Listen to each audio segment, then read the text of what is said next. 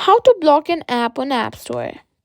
If you want to block or restrict access to apps on your iPhone, whether it's to stop accidental purchases or keep your kids from downloading certain apps, this video will show you how to do it in just a few simple steps. So let's dive right in.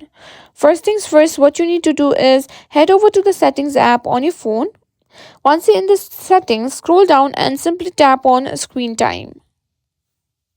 If you haven't set up screen time before, it's a feature that lets you control app uses and restrict certain features on your iPhone. To make sure no one changes your settings, you need to set up a screen time passcode.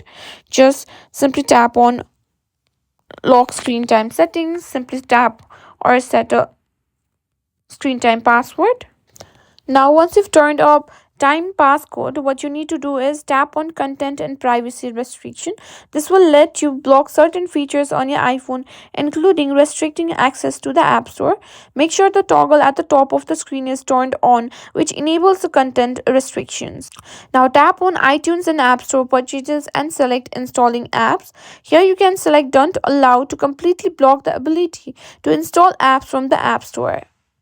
Now, if you want to restrict in app purchases as well, what you need to do is tap on in app purchases and select don't allow so no accidental purchases are made while using apps. Now, if you want to block specific apps from being accessed, go back to screen time and simply tap on app limits. You can set time limits or block access to certain apps altogether.